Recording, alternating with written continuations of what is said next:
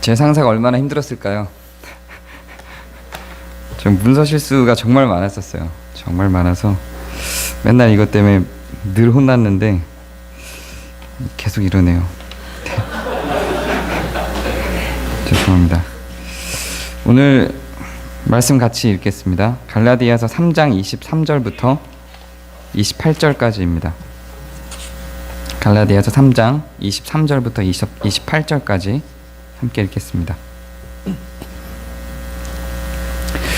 우리 교독하시겠습니다. 제가 23절 읽고 여러분 24절 읽고 이렇게 하겠습니다. 믿음이 오기 전에 우리는 율법 아래에 매인 바 되고 계시될 믿음의 때까지 갇혔느니라.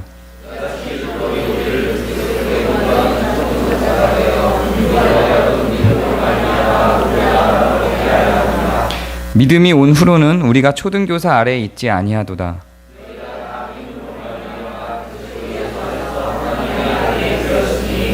누구든지 그리스도와 합하기 위하여 세례를 받은 자는 그리스도로 옷 입었느니라. 너희는 유대인이나 헬라인이나 종이나 자유인이나 남자나 여자나 다 그리스도 예수 안에서 하나이니라. 아멘. 오늘 설교 제목이 또 고린도전서가 아니고 튀어나온 주제라서 좀 의아하실 분들도 있을 것 같아서 또 설교에 대한 불만과 또 이렇게 반감을 품으실 분도 분명히 있을 거라는 생각이 들어요. 그래서 좀 배경 설명을 좀 드리고 좀 주제로 좀 들어가 볼까 합니다. 저하고 좀 이렇게 제 얘기를 좀 많이 들어보신 분들은 알겠지만 저는 굉장히 소심합니다. A형, 아주 전형적인 A형입니다. 그래서 저는 뭔가 모험을 하거나 새로운 걸 시작하거나 이런 거에 대한 두려움이 굉장히 크고요. 잘 안 합니다, 그런 거. 근데 뭐 아프리카 가고 막 이랬던 거는 뭐냐면 그거는 이제 아내를 잘못 만나서 제 아내가 개척자이기 때문에 저는 이렇게 안정형, 이렇게 아주 안정된 플랫폼이 필요한 사람입니다. 제 뒤에 뭔가 받쳐주고 있는 그런 교단이든 어떤 무슨 정당이든 뭔가 나는 내 근거는 여기에 있어라고 보여줄 뭔가가 필요한 사람이에요. 되게 보수적이죠. 그래서 입장이 늘 저는 보수적인 입장을 취해 왔던 사람입니다. 근데 뭐 제가 보수적이라 그러면은 제 동기들은 거의 믿지 않는데 실제로 저는 제가 가장 보수적이라고 생각을 합니다. 여기서 보수적이라고 하는 건 진영 논리에 의해서 진보와 보수를 나누는 걸로 자꾸 생각을 해서 그렇지만 전 신학적인 의미에서 16세기 종교개혁자들과 1세기 예수님과 그 예수님의 제자들이 다뤘던 문서들을 근거로 한 신앙이라는 의미에서의 보수입니다. 그러다 보니까 저는 어떤 플랫폼이 반대하는 의견과 플랫폼이 주장하는 의견과 제 의견이 충돌할 때 저는 숨기는 스타일입니다. 제 의견을 드러내지 않고 왕따 되고 싶지 않아서 제 의견을 숨기고 드러내지 않습니다. 그리고 그냥 이렇게 묻어서 흘러가죠. 그게 원래 제 성향입니다. 근데 오늘 주제는 안 그렇죠. 네. 지난번 설교 때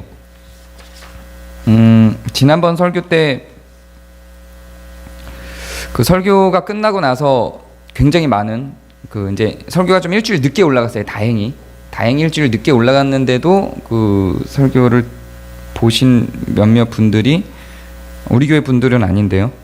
네, 연락을 주셨습니다. 그래서 건의를 좀 해주셨는데 우리 교회 분들이 연락을 할 땐 저는 전혀 두렵지 않아요. 대화가 되니까. 그리고 설명할 수 있으니까. 근데 어르신들이 연락하거나 그 플랫폼 쪽에 계신 분들이 연락을 하면 저 굉장히 무서워요. 막 바들바들 떱니다. 근데 이런 내용들이 있었어요. 이단의 가능성에 대해서 교단이 말할 수 있는 것 아닌가. 제가 함부로 이단을 정죄한 것에 대해서 이제 지적을 한 거죠. 네, 이단의 가능성에 대해서 말할 수 있죠.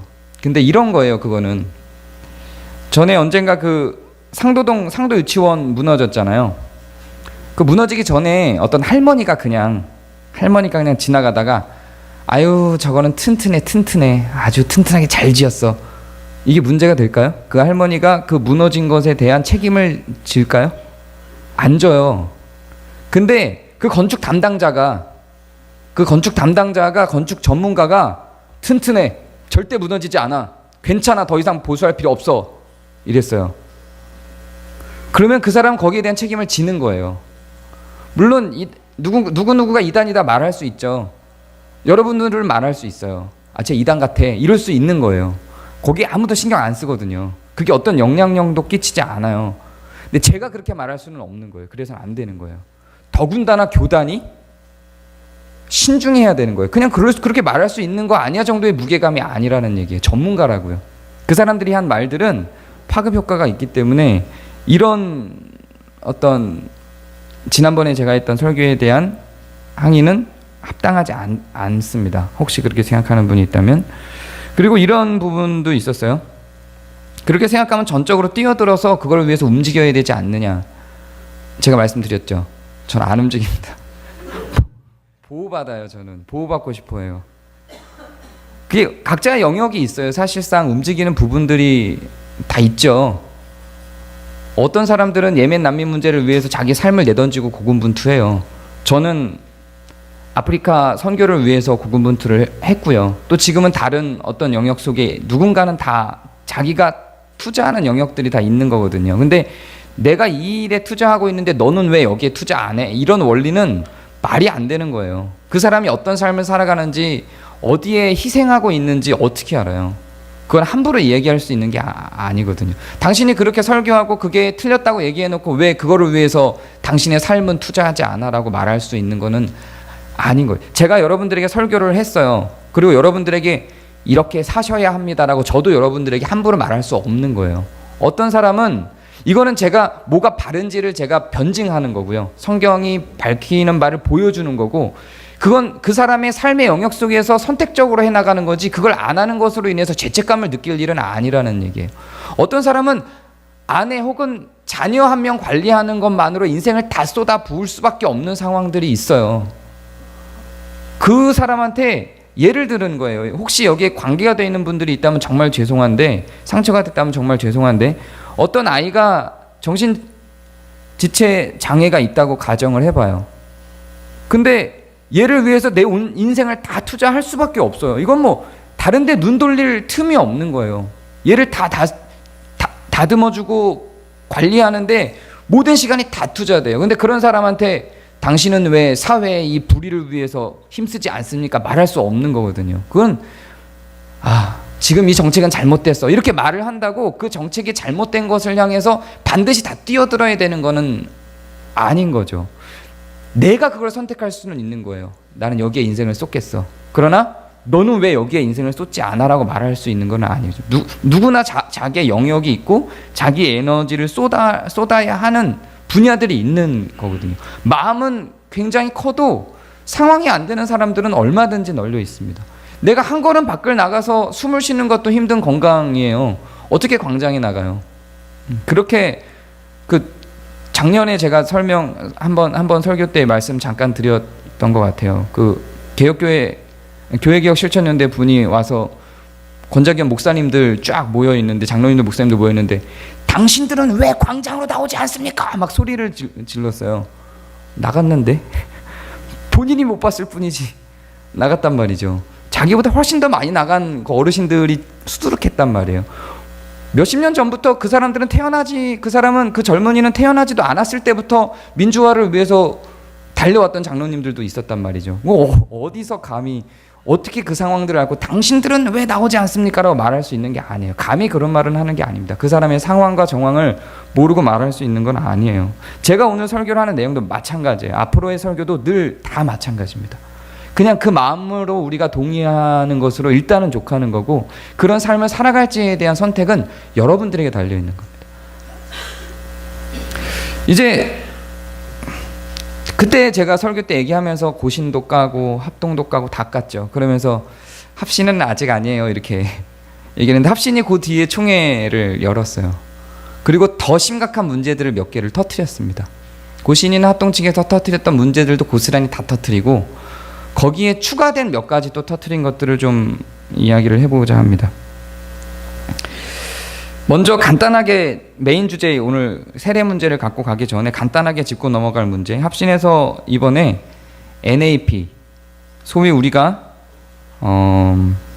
차별금지법이라고 부르는, 그리고 공식 명칭은 국가인권정책기본계획이라고 불리는 걸 정부가 발표를 했죠. 합신이 그것을 전면 반대하기로 결의를 했습니다. 왜 그걸 결의했을까요? 그 내용을 주제를 살펴보면 이렇습니다. 자유권 분야에 있어서 개인의 신체와 개인 정보에 대한 자유. 이거 교회가 반대할 주제인가요? 뭐 없죠? 반대할 게. 장애와 이주 분야. 뭐 교회가 반대할 게 사실 없어요. 사회권 분야, 교육권, 노동권, 사회복지. 뭐 없어요. 기업과 인권 분야. 교회가 관여할 일이 없어요. 여성과 아동 분야. 교회가 관여할 일이 없습니다. 여기에 딱 두 단어가 걸려요. 이주민, 그리고 아까 얘기했던 인권 분야에서 성소수자. 요 두 단어 때문에 이거 전면적으로 이거 전체를 다 반대하기로 결의를 한 겁니다. 모순이 있죠. 정말로 이거 두 개 때문에 반대를 한다면 요 두 단어를 생략해달라라고 하면 될 일이지, 이걸 전면 반대할 건 아니에요. 이런 의심이 여기서 들게 됩니다. 과연 이 두 단어 때문에 이걸 전면적으로 반대를 하는 건지, 다른 걸 반대하기 위해서 이 두 개를 끌고 온 건지. 왜냐하면 이 두 개는 이슈화 시키기 좋고 사람들을 선동하기 좋기 때문에. 저는 이렇게 생각합니다. 저는 이 합신의 결의를 보고 그전까지는 관심도 없었는데 국가인권정책기본계획을 정독을 했습니다. 3번 정독을 했습니다. 어느 지점에서 반대를 했는지 알 수가 없어요. 도대체 이해할 수가 없습니다. 그래서 오늘 직원회 때 회의를 하겠지만 통과만 해준다면 10월 종교개혁주일 종교개혁주일 저녁기도회 때 딱 5개 주제니까 이 5개 분야로 누가 발제를 하든 제가 요약을 해서 발표하든, 발표하고 여기에 대한 토론을 하고 그것을 위해서 기도하는 시간을 좀 가지면서 우리도 같이 이게 교회가 왜 이것을 반대하는지에 대해서 고민을 해볼 시간이 좀 필요하지 않나 하는 생각이 듭니다. 그리고 이걸 반대하는 데 있어서 반대자가 한 명도 없었습니다. 100%로 통과됐어요. 이것도 저는 이해가 안 돼요. 저는 이제 총대로 나갈 자격이 없기 때문에 제가 나갔으면 반대를 했을 것 같은데 아무도 반대하지 않았어요. 과연 그분들이 이 소위 차별금지법이라고 불리우는 국가인권정책기본계획을 읽으셨을까? 전 안 읽었다고 장담합니다.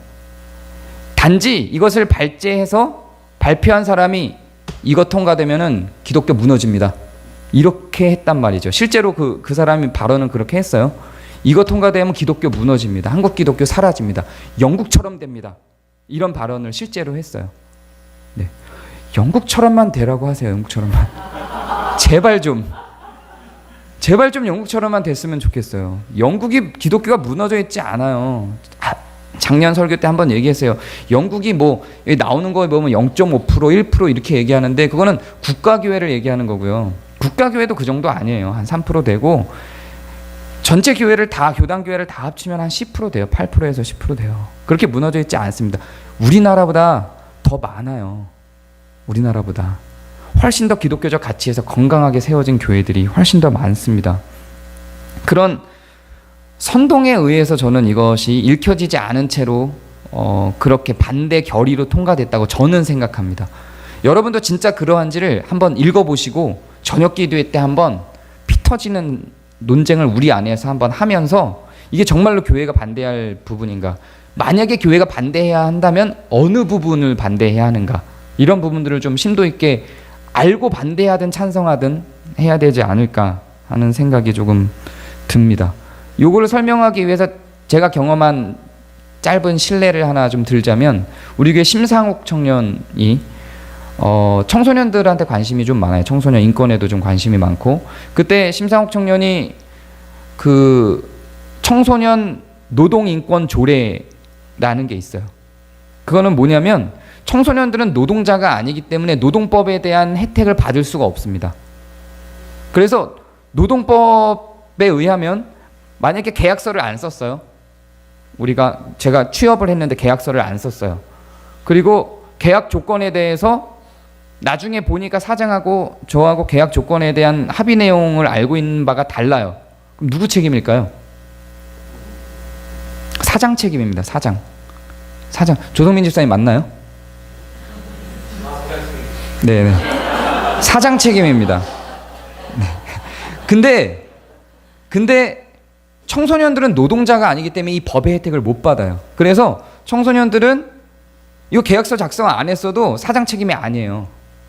그래서 이걸 받아내기가 힘들어요. 저는 실제로 그렇게 알바를 했던 청소년이 억울하게 못 받은 바가 있어서 거기에 대한 불만이 있는 상황에 그 심상욱 청년이 그 청소년 노동인권 조례가 원래는 도시마다 그 도시의 시의회에서 결정을 하게 되는데 인천에서 그 시의회에서 그 청소년 노동인권 조례가 통과되지 못하게 막은 단체가 한기총이다. 이런 페이스북에 글을 올렸어요. 그래서 에이 설마. 그리고 제가 막 심상욱 청년한테 막 그게 사실입니까? 저는 정황을 확실히 알아야겠습니다. 이러고 올렸더니 사실입니다. 그래서 정보를 좀 줘서 알아봤더니 사실인 거예요. 한기총이 왜? 청소년들의 인권을 보호하기 위한 조례를 반대했을까요? 제가 그것을 반대한 사람을 만났어요. 그래서 그분에게 물어봤어요. 이걸 왜 반대하시는 거예요? 그거 통과되면 전부 다 동성애자 되는 거야. 한국교회 망하는 거야. 왜요? 거기 그게 다 있어. 제가 그거를 다운받아서 다 읽어봤어요. 한마디도 없어요. 성소수자, 동성애자 이런 말조차 아예 한마디도 없어요. 하나도 없어요. 그냥 선동인 거예요, 그거는. 그래서 그 선동에 그냥 교인들이 막 몰려가서 시의회에 몰려가서 반대하니까 많은 시민들이 와서 반대하니까 부결시켜버린 거죠. 그런 방식이라고 저는 이것도 그렇지 않을까 생각합니다. 왜냐하면 제가 다 읽어봤지만 반대할 내용이 없어요, 사실. 논쟁의 여지가 있는 부분은 미비하게 있어요. 그것도 과연 교회가 이걸 논쟁으로 삼고 반대해야 될 것인가에 대한 고민은 좀 되는 부분들이에요. 나중에 우리 같이 좀 고민을 좀 하면서 연구를 좀 했으면 하는 생각이 좀 듭니다. 그리고 또 하나 정말 내가 눈을 씻고 이게 진짜야? 그래도 이 NAP 반대 결의에 대해서는 그냥 교회 분위기와 흐름을 아니까 대충 이해는 됐어요. 저는 동의하지 않지만. 근데 이게 진짜야? 라고 눈을 씻고 다시 봐도 믿을 수 없는 결의가 있었습니다. 동성애자 세례 금지. 작년에 합동 측에서 동성애자를 교회에서 추방할 수 있다 이런 결의를 했습니다. 추방할 수 있다니까 추방 안 해도 되는 거잖아요. 그건 목회자의 혹은 그 교회 공동체의 선택적인 문제였어요. 그러니까 해도 되고 안 해도 되는 거니까 뭐 그건 큰 문제 없는 거고, 저는 그런 경우 저는 되게 비겁하기 때문에 그렇게 해도 되고 안 해도 되는 경우에는 안 하고 난 안 한다고 얘기하지 않아요. 네. 그렇게 해서 양쪽의 마찰을 다 피하는 스타일입니다. 근데 이번에 합신회에서 결의한 내용은 어떻게 되냐면 세례도 금지되어 있고 세례를 주는 목사는 징계를 받습니다. 심각하게는 면직에서부터 낮게는 다른 징계들이 있겠죠. 이렇게 되는 거예요. 저는 여기에 동의할 수 없는 거죠. 왜 동성애자에게 세례를 줄 수 없는가? 다른 부분들은 뭐 동성애자를 신학교에 입학 못하게 한다든지 목사가 못되게 한다든지 이런 결의들도 있는데, 이런 결의들에 대해서는 저도 100% 완전히 동의하지는 않지만 그 교단의 정체성을 알고 있기 때문에 대충 뭐 그냥 그럴 수 있어 이렇게 넘어갔으나, 세례 문제는 완전히 개념이 다른 문제입니다.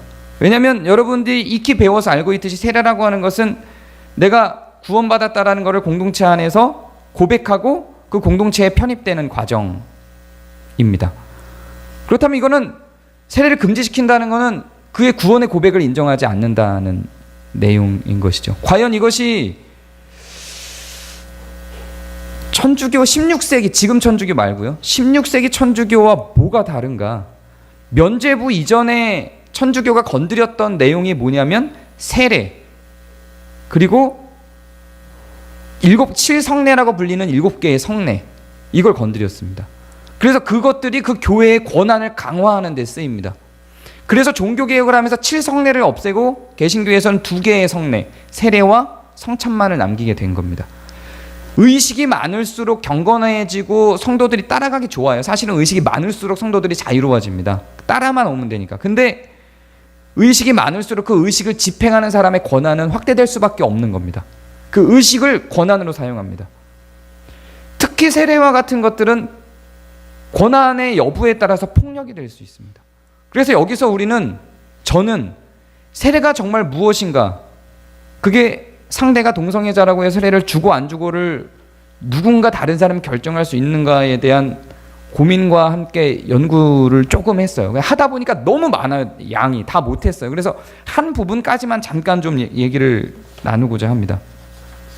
먼저 세례에 대한, 그러니까 제가 지금 이것을 제목까지 이렇게 동성애로 담고 설교를 하면 교단하고 부딪히겠죠? 그러겠죠? 네, 교단 어르신들도 제 설교를 듣는 분들이 있어요. 그럼 부딪히겠죠? 근데도 이거를 하는 이유는 뭐냐면, 저는 이렇게 생각한 거예요. 들키지 않을 거면 저는 그냥 안 들키고 한다 그랬잖아요. 그게 원래 저의 속성이에요. 그렇게 인생을 살아왔어요, 제가. 근데 언젠가 어차피 들킬 거면 빠르게 방어막을 구축하는 게 저는 낫다고 생각을 하는 겁니다. 저를 위해서도 그렇고 여러분과의 관계 속에서도 저는 그렇다고 생각하는 거예요. 저 목사 저래, 저 목사 저런 생각을 갖고 있어. 여기서 틈틈이 소문을 통해서 들어가는 것보다 빨리 공언하고 부딪힐 거 부딪히고 방어막을 빨리 구축해서 이해를 시키는 것이 지금으로서는 훨씬, 숨기는 것보다 이게 훨씬 더 좋다, 이렇게 생각을 해서 빠르게 그냥 이야기를 나누고, 일단 우리는 마음을 하나가 되게 하든지 아니면 하나가 되지 못해도 저희 생각을 허락받든지 정도 수준은 돼야 되지 않나 하는 생각에서 마련을 했습니다. 저를 가르치고 제가 아주 존경했던 교수님이, 지금 이제 이 교수님의 이름을 여기서 언급하면 안 들어 좀 큰일 날 수 있기, 그분에게 좀 피해가 갈 수 있을 것 같아서 언급하지 않고 그분이 가르쳤던 내용, 제 노트에 있었던 내용을 읽어드리겠습니다. 세례의 성격은 예정, 즉 구원에 대한 표시로 주는 것입니다. 구원에 대한 표시로 주는 거예요. 구원이 아니고. 즉 세례는 선택된 자녀들에게 은혜의 언약의 방식으로 주는 구원의 표시입니다. 은혜의 언약의 방식이라는 건, 언약에는 행위 언약이라는 게 있고 은혜 언약이라는 게 있어요. 행위 언약이라는 것은 내가 행동한 것에 대한 결과물을 집행하는 겁니다. 너 죄 지었어, 지옥, 이런 게 행위 언약이에요. 은혜 언약은 내 행위에 기준을 두지 않는다는 겁니다. 너 죄를 지었지만 내가 자녀 삼을게, 이게 은혜 언약입니다. 세례는 은혜 언약의 방식으로 주는 구원의 표시입니다. 행위에 달려있지 않다는 얘기예요. 개혁주의에서 세례는 성례의 한 부분으로서 효력 있는 은혜의 수단입니다. 또 은혜의 수단이라고 이야기를 합니다. 즉 구원의 표시로 주고, 구원을 주는 건 아니지만 구원의 표시로 줍니다. 교리 교육을 통해서 성화의 과정으로 자라가게 하는 것이지, 성화의 과정으로 자라가게 하는 것이지 구원 여부를 확인하는 과정이 아닙니다. 이해가 되시나요? 세례를 받은 후에 우리가 의로운 자, 선한 자로 자라가는 것이지 그가 선한 사람인지를 확인하는, 즉 구원 여부를, 구원의 완성을 확인하는 과정이 아니라는 이야기입니다. 은혜의 수단이기 때문에 구원 여부에 대해서 확증하지 않을 수도 있어요. 세례 받는 자가 저 구원 안 받은 것 같아, 이럴 수도 있다는 얘기예요. 구원 여부에 대해서 확증하지 않을 수도 있고, 세례 후에 예수님에 대해서 지속적으로 거부할 경우 교회 권징을 통하여 정회원의 자격을 박탈, 출교 등을 할 수는 있습니다. 이해되죠? 세례는 받았어요, 나중에. 근데 이 사람이 계속 난 예수님 안 믿어, 예수님 안 믿어, 예수님 아니야, 없어를 끝까지 반복할 경우에, 시간이 지나도 반복할 경우에 교회 공동체가 저 사람은 교회를 오더라도 세례자는 아닌 것 같아 라고 하면서 교회가, 그것도 목회자가 아니라 교회가 그 사람의 세례의 권한에 대해서 박탈할 수 있다는 이야기입니다. 하지만 이런 지속적이고 특별한 죄를 나타내기 전까지 세례는, 이런 지속적이고 특별한 죄라고 하는 것은 예수님을 직접적으로 지속적으로 거부하는 죄를 의미하는 겁니다. 다른 죄를 의미하는 게 아니에요. 그 전까지 세례는 표시와 인침이라는 고백에 따라 예정의 혜택을 누리는 자로 충분히 추정하고 표시하고 인정해 주는 것입니다. 개혁주의는 세례를 은혜의 수단인 구원의 표시로 주는 것이며, 은혜의 수단인 구원의 표시로 주는 것이며 이 은혜를 보존하고 누리기 위해서 교리를 교육하고 성화하는 과정을 기다리는 것입니다. 이 순서를 거꾸로 적용하면 큰일 납니다. 이 교수님이 하신 말씀이에요. 이 순서를 거꾸로 적용하면 큰일 납니다. 지금 거꾸로 적용하고 있어요. 너 죄 회개 안 했어? 안 돌이켰어? 너 세례 못 받아. 천주교가 하던 짓이에요. 세례는 세례 문답에 있는 고백에 근거를 하는 것이지 그의 행위에 근거하고 있지 않아요. 저는 그렇게 배우지 않았어요. 최소한. 그럼 이 교수님은 왜 교단에서 총회할 때 반대 의사를 왜 손을 들고 반대합니다를 안 했을까요? 교수님 저한테 이렇게 가르쳐 주셨는데. 그 근거를 우리가 오늘 읽은 성경 말씀을 통해서 좀 간단하게, 만약에 이게 거꾸로 되면 구원파가 되는 거예요. 구원파가. 말씀을 통해서 잠깐 한번 확인해 볼까요?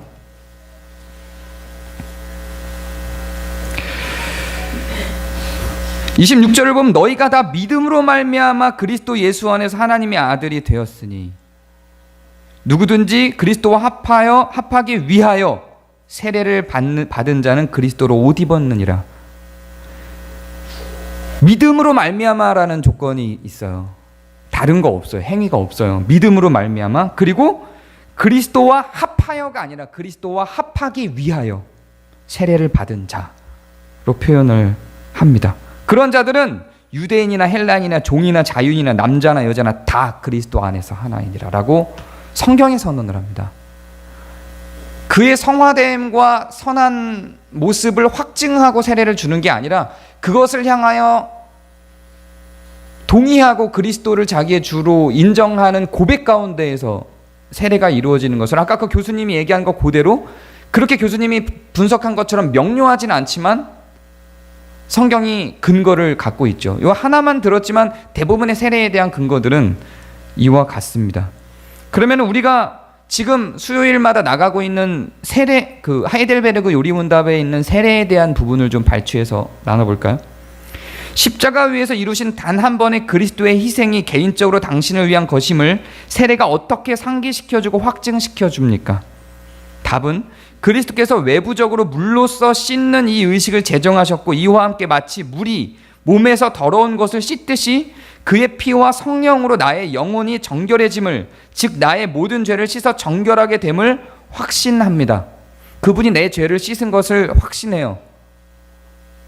그분이 내 죄를 씻은 것을 확신해요. 이 고백이면 되는 거예요. 70문, 그리스도의 피와 성령으로 씻음 받는다는 것은 무엇을 의미합니까? 그리스도의 피로 씻음 받는다는 것은 그리스도께서 십자가 위에서 희생이 되셔서 흘리신 피로 우리가 하나님께로부터 은혜로 죄사함을 받았다는 것을 뜻합니다. 네. 그분이 죄를 씻어주셔서 우리의 죄가 씻겼다는 걸 고백하는 거예요. 그것으로 세례는 된 거예요. 우리가 세례의 물로써 씻음 받듯이 그리스도의 피와 영으로 정결함을 받는다는 사실을 그리스도께서 어디서 약속하셨습니까? 세례를 제정하실 때 말씀하셨습니다. 이 약속은 성경의 세례를 가리켜 중생의 씻음이라거나 죄의 씻음이라고 일컫는 데에서 거듭 언급되고 있습니다. 물에 의한 외적인 씻음 자체가 죄를 씻어줍니까? 아닙니다. 그렇다면 왜 성령께서 세례를 가리켜 중생의 씻음과 죄의 씻음이라고 합니다? 여기를 잘 들어주세요.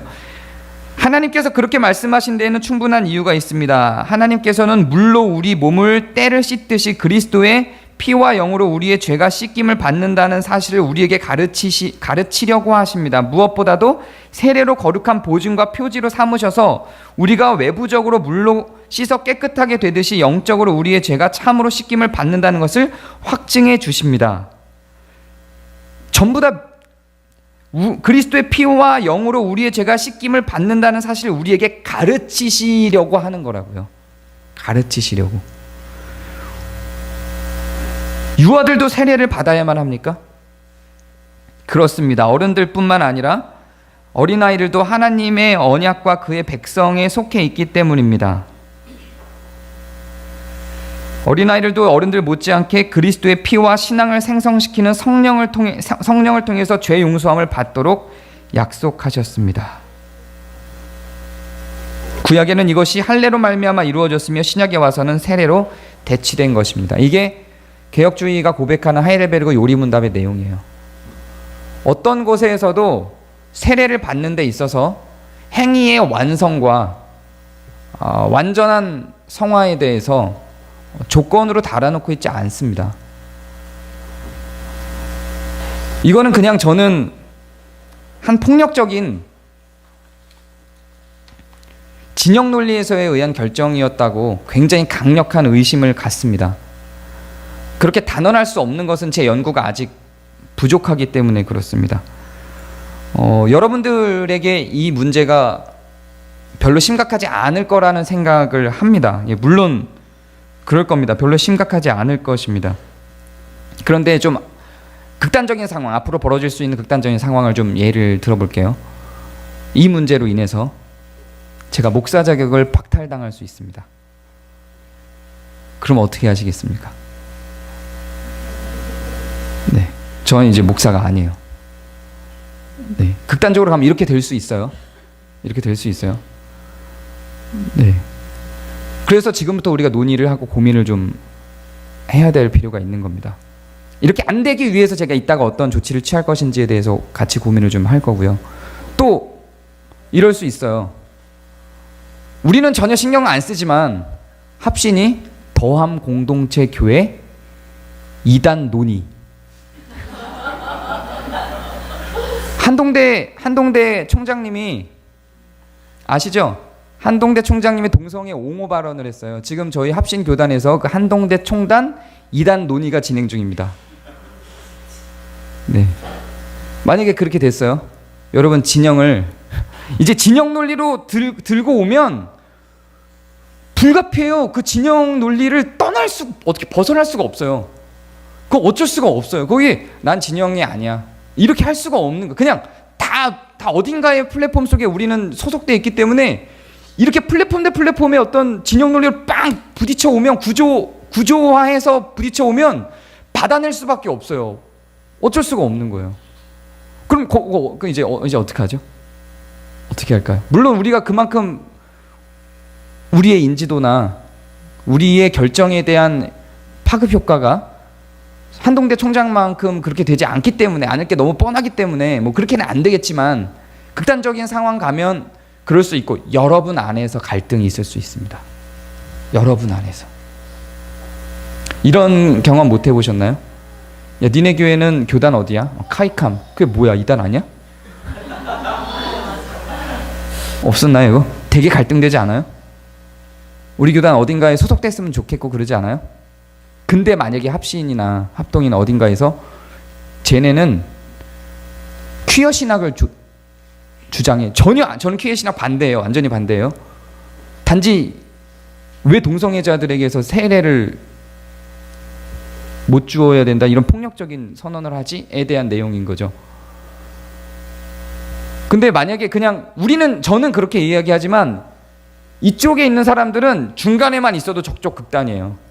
이쪽에 있는 사람 중간도 아니라 오히려 이쪽으로 치우쳐져 이만큼 있어도 저쪽 극단으로 그냥 치부하고 바라봐요. 그렇게 해서 매도된단 말이죠. 그때 여러분의 마음가짐과 상황이 어떻게 진전될지 고민을 좀 할 필요가 있습니다. 그럼 그때 가서 생각하지, 뭐 그런 걸 미리 고민해라고 생각할지 모르겠지만 저는 밥그릇이 달려 있어서. 네. 그리고 여러분들도 마찬가지로 고민이 될 수 있어요. 이를테면 우리 이해찬 씨 같은 경우는 신학생이에요. 나중에 장기적으로 보면 앞으로 어떻게 될지에 따라서 더함 공동체 교회를 다녔다는 것으로 피해를 볼 수 있어요. 안 그럴 것 같아. 그럴 수 있다니까요. 그럴 수 있어요. 제 아버지는 해방신학자였어요. 자유주의 신학자였어요. 그런데 소속은 합동이었어요. 왜 그랬을까요? 전 아버지를 제가 많이 닮았다. 그 비겁함에 있어서 이렇게 생각을 해요. 그래서 저는 이렇게 제가 취할 앞으로 벌어질 이런 것들에 대한 우려와 염려 때문에, 혹은 저를 보호하기 위해서도 있지만 저는 여러분과 여러분의 마음을 보호하기 위해서도 이런 일들은 벌어져서는 안 된다라고 생각을 하면서 그 내용들이 막 진척돼 가고 있는 것을 두고 우리는 아닌 척하고 제가 있으면 저게 극단적으로 다 진척돼 버리면 나중에는 제가 방금 전에 얘기한 수순으로 갈 가능성이 있어요. 많지는 않지만 있어요. 우리가 또 건자견에 소속해 있기 때문에 더 그래요. 그렇게 되면 그때는 회복이 안 돼요. 이미 가버렸기 때문에. 그래서 이것을 가고 있는 걸 막기 위한 그런 움직임들이 사실상 있습니다. 어떤 분들은 제 또래 40대 목회자분들 중에는 그 결정들에 대한 부당함을 드러내놓고 아예 대놓고 반대를 하면서 운동하시는 분들도 있어요. 용기 있는 분들이에요.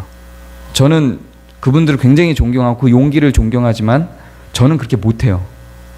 간이 쫄려요. 그분들 어르신들 앞에 가면 저는 이렇게 고개를 숙여요. 막 같이 싸우지 못해요. 피켓 들고 이렇게 그분 앞에 갔다가 철회하라 했다가 야, 권 목사 내려. 네, 이렇게 내리는 게 이거 되게 이게 너무 힘들어요. 종교개혁 당시에도 가서 싸우는 사람들이 있었죠. 루터나 츠빙글리나. 근데 멜랑이톤이나 칼빈이나 이런 사람들은 그렇게 막 가서 싸우지 않고 그들이 싸울 수 있는 근거들을 마련합니다. 루터가 번역한 책들이 루터가 번역한 게 아니에요. 루터가 번역한 게 아니고 멜랑이톤이 다 번역한 건데 루터 번역본으로 나가죠. 왜냐하면 루터가 지시해서 번역을 했기 때문에. 신학적인 구축도 루터는 신학체계를 잡은 게 없죠. 별로 없어요. 근데 칼빈이 신학체계를 다 잡았어요. 루터와 츠빙글리가 싸울 수 있는 근거들을 칼빈과 멜랑이톤이 다 짜서 만들죠. 저는 이 역할은 할 수 있을 것 같은 거예요. 누군가가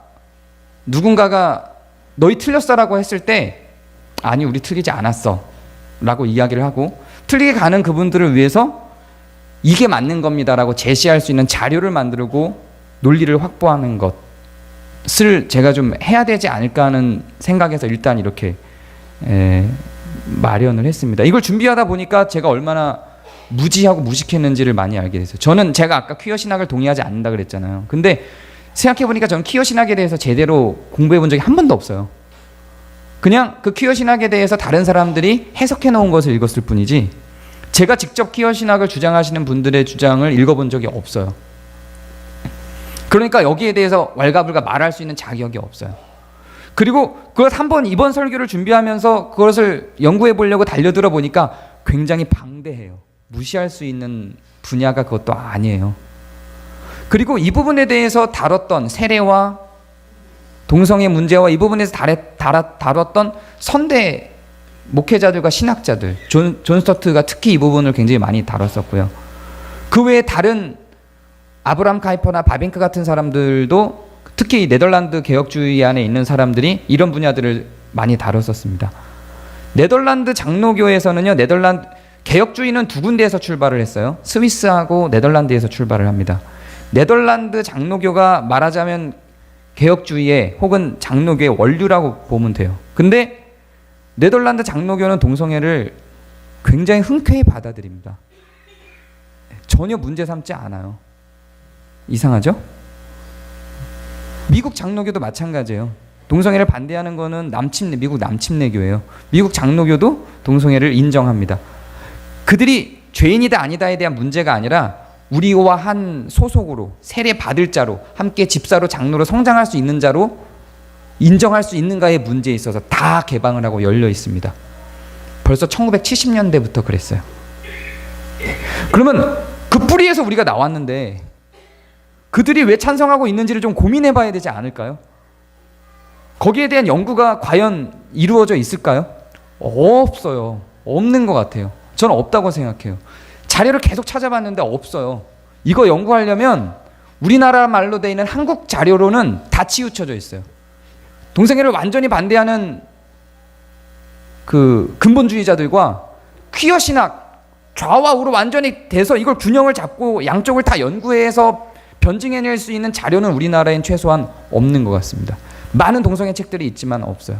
이거 제대로 가려면 그 네덜란드 개혁주의가 왜 동성애를 받아들였는지, 미국 장로교가 왜 동성애를 받아들였는지 그들이 했던 연구를 추적하고 따라가 보는 게 가장 좋은 방법이지 우리나라에서는 저는 답이 없다고 생각을 합니다. 그래서 올해 한 3개월 정도 제가 요거를 좀 공부를 좀 할게요. 네, 공부를 좀 할게요. 제가 한 달에 한 15건에서 18건 정도의 신방을 합니다. 월요일을 쉬고요.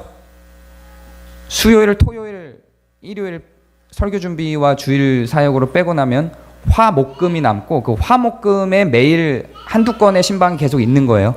그래야 15건에서 18건 정도의 신방이 있는 건데 그거 조금 줄이겠다는 거예요. 그거 좀 줄이고 한 3개월만 조금 줄이고 여기에 좀 몰입을 할게요.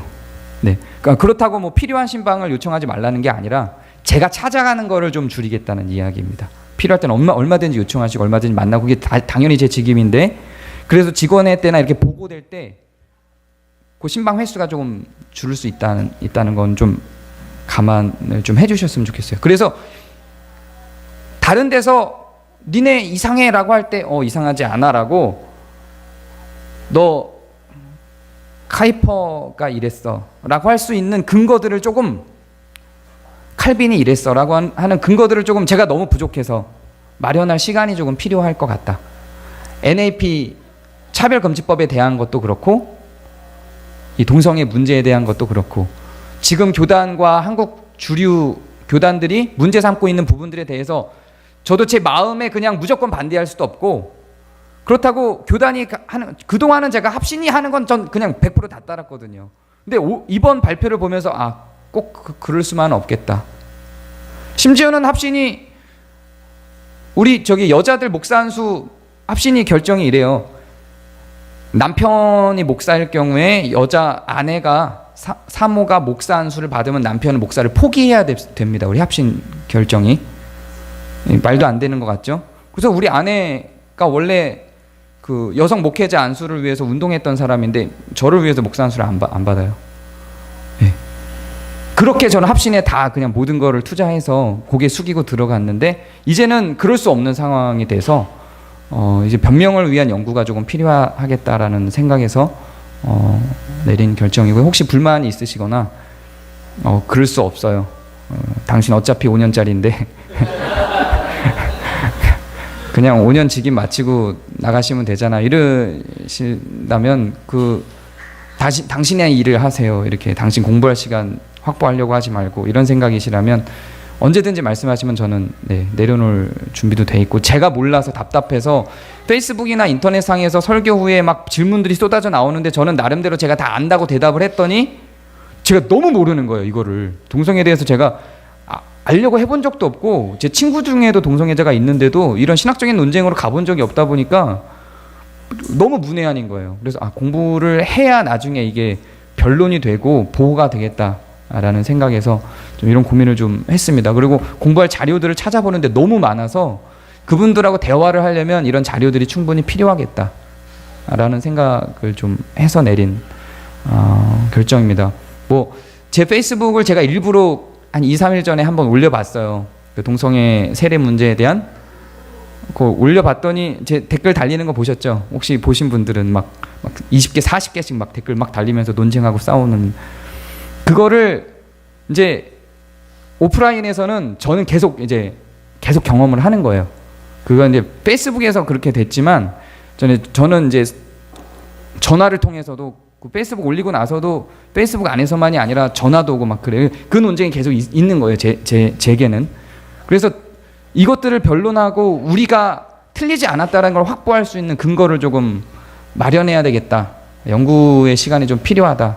이런 생각을 좀 했습니다. 그리고 가능하다면 연구의 결과가 좋다면 내년 총회 전에 좀 이렇게 항의하는 문서들도 넣을 수 있을 정도의 수준이 되면 좀 더 좋겠다 이런 생각까지도 조금 해봤습니다. 좀 협조해 주시고 이해를 해주시고 양해해 주시고 또 함께 기도해 주시면 감사하겠습니다. 제가 기도하겠습니다.